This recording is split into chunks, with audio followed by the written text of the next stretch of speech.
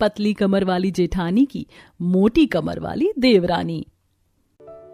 चलो, सबके लिए मसालेदार खाना बन गया और मेरे लिए सैलेड। पता नहीं वो मेरी होने वाली देवरानी नंदिनी कैसी होगी। अब उसे तो मैंने कभी देखा नहीं है, ना मेरे ससुराल वालों ने उसे देखा है, पर वो भी जरूर मेरी तरह फिट और पतली कमर वाली मॉडर्न लड़की ही होगी। यह है पतली कमर वाली मॉडर्न इशिता, जिसे अपने फिगर, अपनी सेहत का बड़ा ध्यान है। इधर पास के गांव में एक घर के बाहर एक मोटी सेहतमंद लड़की नंदिनी एक ठेले वाले के पास खड़ी समोसे खा रही थी। अरे भैया, और दीजिए ना समोसे। अरे बस, अगर तुम्हारी माँ को पता चला कि मैंने तुम्हें समोसे खिलाए हैं तो वो डंडे से मार मार कर मेरी हालत खराब कर देगी। अरे कुछ नहीं बोलेगी मेरी माँ, आप दीजिए मुझे और समोसे। तभी समोसे वाला मदन जैसे ही नंदिनी को और समोसे देता है तो सामने सड़क पर खड़ी नंदिनी की माँ शांति जोर से चिल्लाती है, नंदिनी। अपनी माँ की आवाज सुनकर नंदिनी के होश उड़ जाते हैं। अरे बाप रे, माता जी आ गई। तभी मदन हवा की रफ्तार से उल्टे पांव अपना ठेला लेकर वहां से भाग जाता है। अरे ओ ठेले वाले, कहाँ भाग गया? तुझे मना किया था ना मैंने कि तू बाहर की चीजें नहीं खाएगी। अपनी हालत देख, मोटी भैंस की तरह हो चुकी है तू। घर चल, आज तेरी जम के खबर लेती हूँ मैं। इधर इशिता अपने आलीशान बड़े से ससुराल में घर के लिविंग रूम में डाइनिंग टेबल पर सबके साथ बैठी थी। वहां इशिता का पति महेश, सास ससुर जानकी दर्पण, बूढ़ी दादी सास नीलिमा, दो नंद रिया साक्षी और देवर अजय, ये सब थे। इशिता के ससुराल वाले काफी अमीर और मॉडर्न लोग हैं। सामने इशिता के बनाए पकवान, पुलाव, सब्जी, चिकन करी, पराठे और भी कई सारी चीजें थी। सब मसालेदार खाना खा रहे थे और इशिता डाइट वाला सैलेड खा रही थी। इशिता बहू, इतना अच्छा मसालेदार खाना बनाया है तूने और इसे खाने के बजाय तू ये घास फूस खा रही है। दादी साहब, मैं इतना हेवी मसालेदार खाना नहीं खाती। अगर मैं ऐसा खाना खाने लगी तो मेरा फिगर खराब हो जाएगा और मेरे शरीर पर मोटापा आ जाएगा। बहू, मैं जानती हूँ तू अपने आप को फिट रखने के लिए हमेशा डाइट करती है, हल्के खाने का सेवन करती है, पर बहू कभी कभी हमें अच्छा मसालेदार खाना भी खाना चाहिए। नहीं सासू मॉम, मैं ऐसा खाना खाकर अपने शरीर को नुकसान नहीं पहुँचाना चाहती। अरे क्या नुकसान नहीं पहुँचाना चाहती? सूखी लकड़ी की तरह हो चुका है तेरा शरीर। खा पी कर जरा इसे मोटा तगड़ा कर। दादी साहब, ये फिट रहने के लिए सवेरे उठकर योगा कसरत करती है, जिम जाती है, जॉगिंग करती है, और देखा जाए तो इंसान को हमेशा फिट रहना चाहिए। इससे बीमारियां भी दूर होती हैं और सेहत भी अच्छी बनी रहती है। यस, मैं तो कहती हूँ कि आप सबको भी डाइट करते रहना चाहिए। इशिता हमेशा डाइटिंग करती है। जानकी, कल की सारी तैयारी हो चुकी है ना? तुमने नंदिनी के लिए ड्रेस ले लिया? कैसे लेती, मैंने तो नंदिनी को कभी देखा ही नहीं। बस बचपन में देखा था मैंने उसे। अब बड़ी होकर वो कैसी दिखती है, उसका साइज क्या है, ये तो पता ही नहीं है।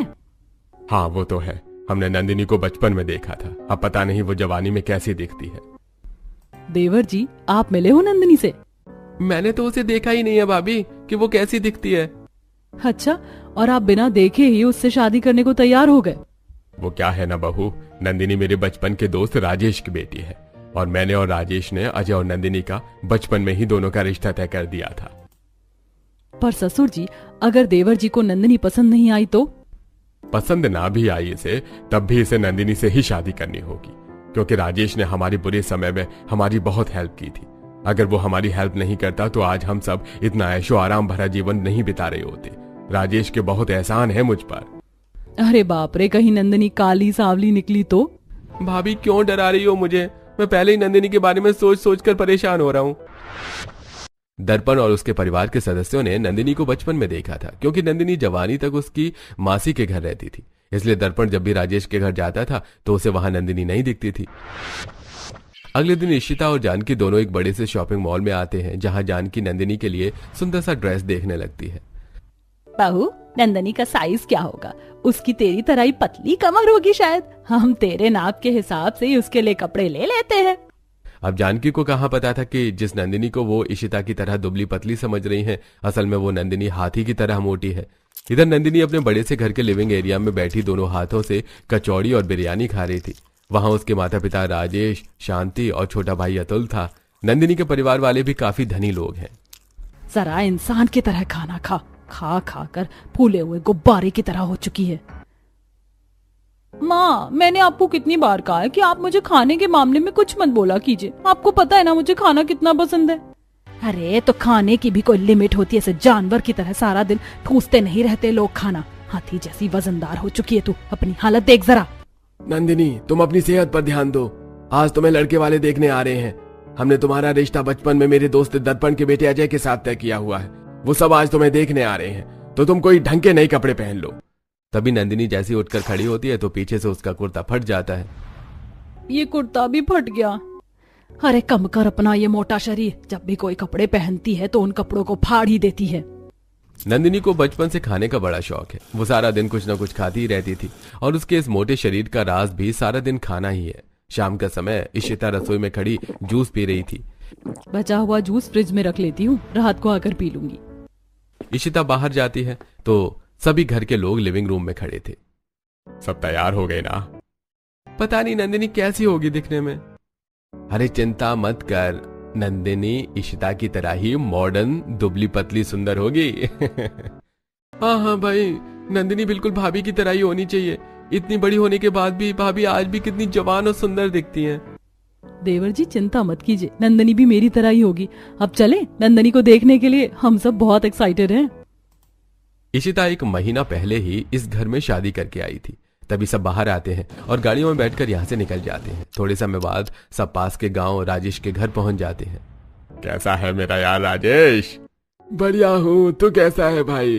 अरे भाभी जी, मासी जी, आइए आइए आइए। राजेश सबको घर के अंदर लेकर आता है। तो अंदर से राजेश का घर भी काफी बड़ा था। सब घर के लिविंग रूम में सोफे पर बैठे थे। वहां नंदिनी नहीं थी। नंदिनी बिटिया कहाँ है? वो कमरे में है, तैयार हो रही है। राजेश, हमें इस महीने ही बच्चों को शादी करवानी है। मैं नहीं चाहता कि बच्चों की शादी में देरी हो। इधर नंदिनी अपने कमरे में नया ड्रेस पहनकर बैठी थी। ये ड्रेस उसे काफी टाइट हो रहा था। मेरी मोटी कमर के कारण ये ड्रेस तो मेरी कमर में ही फंस गई। कितनी टाइट हो गई है ये ड्रेस। पता नहीं वो लोग मेरे मोटे शरीर को देखकर क्या सोचेंगे, वो मुझे पसंद भी करेंगे या नहीं। नंदिनी परेशान होने लगती है। तभी वो कमरे से बाहर आती है और अजय के पास सोफे पर आकर बैठ जाती है। नमस्ते काकी जी। काकी जी? दामाद जी, ये हमारी बेटी नंदिनी है। ये सुनकर सब दंग रह जाते हैं और अजय उठकर खड़ा हो जाता है। क्या क्या ये नंदिनी है? सब नंदिनी को ऊपर से नीचे तक देखने लगते हैं। अरे बाप रे, ये नंदिनी तो पानी की टंकी की तरह मोटी है। जी भाभी जी, नंदिनी का मोटापा थोड़ा बढ़ चुका है, इसलिए ये इतनी मोटी हो चुकी है। माँ, आप सब 1 मिनट बाहर आइए। अजय और सब बाहर चले जाते हैं। ये सब अचानक बाहर क्यों चले गए? कहीं ऐसा तो नहीं कि उन्हें नंदिनी पसंद नहीं आई? और ठूस अपने पेट में अनाज और बढ़ा अपने शरीर पर मोटापा। इधर अजय और सब घर के बाहर खड़े थे। माँ, ये क्या है? ये नंदिनी तो कितनी मोटी है। हाँ, नंदिनी तो वाकई में बहुत ही मोटी है। माँ, मुझे उस मोटी लड़की से शादी नहीं करनी है, चलिए यहाँ से। अजय, तुम्हारी शादी नंदिनी से ही होगी। ये मत भूलो, उसके पिता का हम पर बहुत बड़ा एहसान है। पर पिताजी, नंदिनी तो कितनी मोटी है। अजय और उसकी जोड़ी कहीं से भी जम नहीं रही है। हाँ महेश, मैं सालों पहले अपने दोस्त को जुबान दे चुका हूँ। अब अगर एंड वक्त पर मैं अपनी जुबान से मुकर जाऊंगा तो मेरी क्या इज्जत रह जाएगी अपने दोस्त की नजरों में। ससुर जी की बात सही है। देवर जी, वैसे भी नंदिनी का वजन तो कम हो सकता है ना, आप चिंता क्यों करते हो? हम उसका मोटापा कम कर देंगे। तभी इशिता सबको समझाती है, जिसके बाद अजय और सब मान जाते हैं और सब अंदर आकर नंदिनी और अजय की शादी 1 महीने के बाद की तय करके अपने घर चले जाते हैं। आप सबने मिलकर मुझे बलि का बकरा बना दिया है। इतनी मोटी लड़की से शादी होगी मेरी। हम देखेंगे तो कितना मजाक बनाएंगे सब मेरा। अजय अपने कमरे में चला जाता है। अब इसी तरह दिन प्रतिदिन बीतने लगे। दोनों परिवार वाले शादी की तैयारियों में लग जाते हैं। एक शाम इशिता और जानकी दोनों नंदिनी का शादी का लहंगा लेने मॉल जाते हैं। उस नंदिनी की कमर तो कितनी मोटी है, बहू से लहंगा नहीं हो पाएगा। माँ जी, मैं नंदिनी का एक ड्रेस साथ में लेकर आई हूँ। हम उस ड्रेस के नाप का नंदिनी के शादी का लहंगा ले लेते हैं। इशिता शॉप वाले को नंदिनी का वो ड्रेस दिखाती है। अरे भाई, इतना बड़ा कुर्ता! ये कुर्ता है या सर्कस का तंबू? आप इस नाप का दुल्हन का लहंगा दिखाइए। इस नाप का लहंगा यहाँ तो क्या पूरी दुनिया में कहीं नहीं मिलेगा। ये ऑर्डर पर बनना पड़ेगा। हाँ तो ठीक है, आप बनाकर तैयार रखिए इस नाप का लहंगा। पता नहीं जब हमारे रिश्तेदार आस पड़ोस वाले नंदिनी को देखेंगे तो क्या कहेंगे। अब इधर नंदिनी भी अपनी माँ के साथ एक कपड़ों की दुकान में थी। नंदिनी जो भी कपड़े ट्राई करके देख रही थी वो फटते जा रहे थे।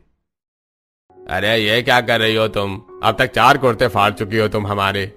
तो आप मेरे नाप का कोई ऐसा ड्रेस दिखाइए ना। इतने छोटे कपड़े क्यों दिखा रहे हो मुझे? इतने बड़े कपड़े नहीं रखते हम, जाइए कहीं और से खरीद कर लीजिए कपड़े। नंदिनी को उसके नाप के कपड़े नहीं मिल रहे थे। अब इसी तरह शादी वाले दिन जानकी के घर कई सारे मेहमान आ चुके थे। तभी सब बारात लेकर नंदिनी के घर के बाहर आते हैं, जहां अजय मंडप के बाहर बैठ जाता है। नंदिनी कहाँ है? शांति नंदिनी के कमरे में आती है और नंदिनी अपने कमरे में दुल्हन के अवतार में बैठी समोसे खा रही थी। ये बाहर दरवाजे पर बारात खड़ी और ये यहाँ भैंस की तरह खाने पर बैठी हुई है, और ये यहाँ भैंस की तरह खाने बैठी। अरे उठ नंदिनी, अब तो अपना खाना छोड़। तभी शांति नंदिनी को बाहर अजय के पास लाकर बिठा देती है। अब नंदिनी की मोटी हालत देखकर सारे मेहमान रिश्तेदार सब हक्का बक्का रह जाते हैं।